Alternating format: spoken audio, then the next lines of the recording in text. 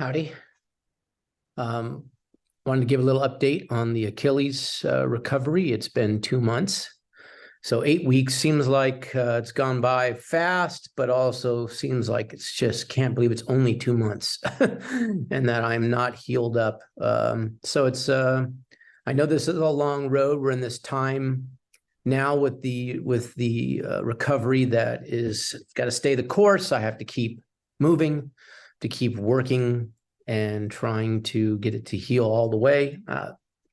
I've been told and read many times that the time between 8 and 12 weeks is a critical potential rupture time, because we start to get out of our boot and get feeling a little safer in our shoes and taking a few more risks and get a little bit more confident, and then poof, we tear something. So I want to make sure that I don't do that over the next month. It seems like it's going to be difficult, but the big change is in the last 2 weeks. I'm not wearing the boot at night. So that is a much more comfortable sleeping arrangement. At first, I was a little concerned about protecting it, that I might jerk my feet or move them in a way that would cause damage. But so far, so good. I haven't done anything like that. And in fact, the movement during the night and just being able to have not have the big boot on makes for a much better sleeping, which I know is important for recovery.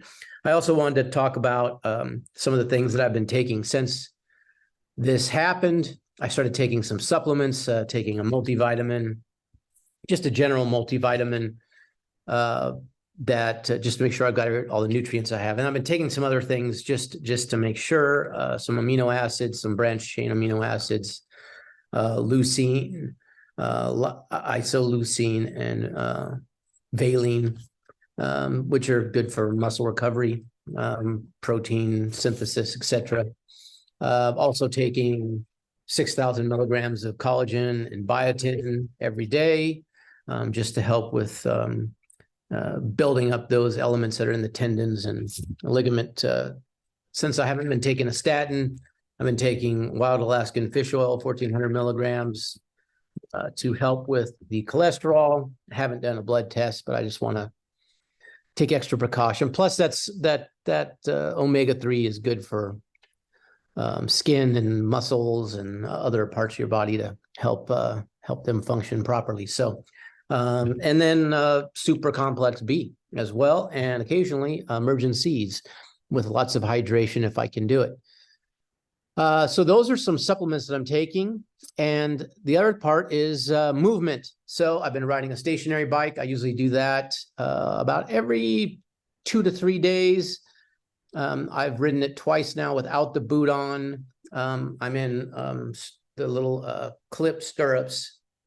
So I'm not clipping in, but it is mostly loaded on the ball of foot. And so I'm pressing down on that. And so it triggers the calf muscle. And I'll do about 20 minutes to 30 minutes. The last time I did a little faster. I felt more controlled. It definitely wears the calf muscle, and the calf muscle, the large portion of the calf muscle it feels strange because it's not fully engaged. And so it kind of moves a little bit, and it's not stable like the other side. So definitely doesn't feel normal and definitely feels weak.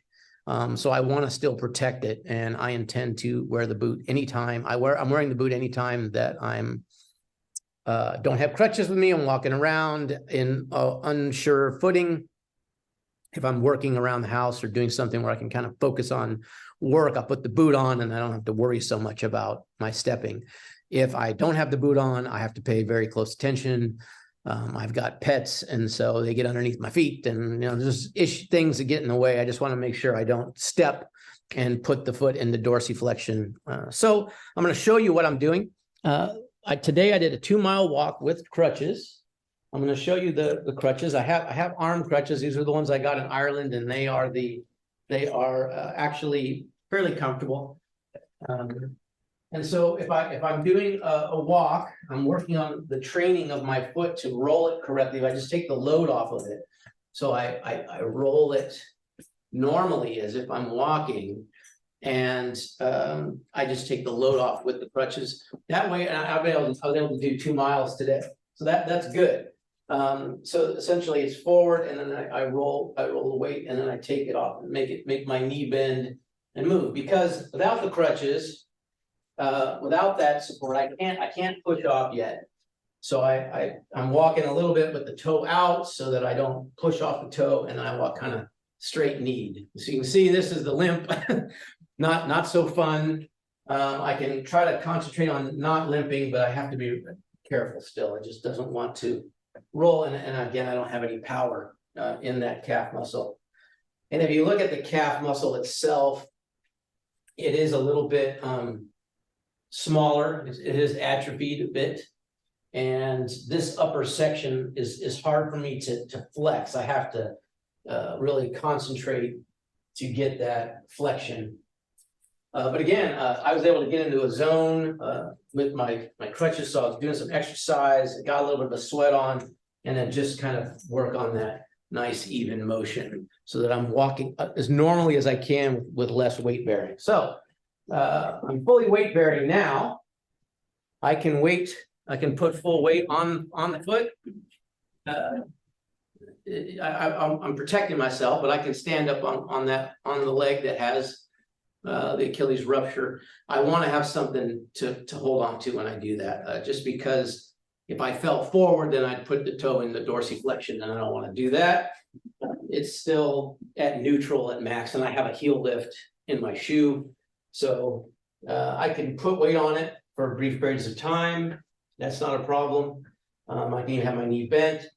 One of the things that I noticed is that I have been favoring my right knee because of my ACL reconstruction in my right knee, and I've been favoring that. I got some arthritis in that knee, and so I put a lot of load on my left.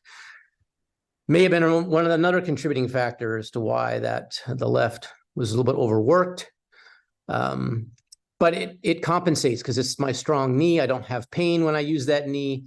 And so having that be my Achilles injured side has been frustrating. The right side, right knee has some scar tissue and arthritis again, and just pain. It's more painful. So one of the things they tell you as you take stairs is to take your bad leg down as you're going downstairs and put your,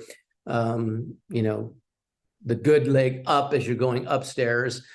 And unfortunately, I'm stronger with my left knee still. So even though my Achilles is out, I'll just turn my foot out. So I'm not putting it in dorsiflexion.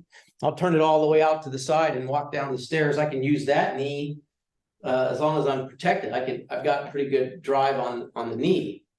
But on this knee, it's painful, so I try to avoid it. So it's been a couple of things here trying to work around so that I can function. But again, I'm spending more time now at week 8 out of the boot than in. And when I am in any time of risk, I wear the boot, and I've been lowering the layers in the heel lift one at a time. So that's the update on the 2-month update.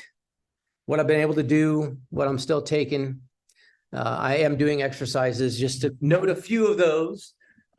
Still doing circles with the foot, both directions.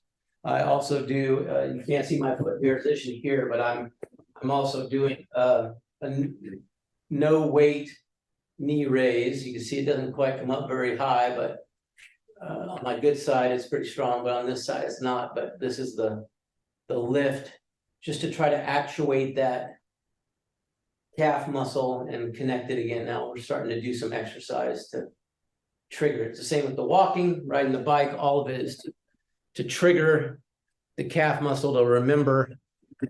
And as it's doing its final stages of full healing, that it grows in the right direction and not overstretched. So I still haven't had any kind of dorsiflexion past neutral.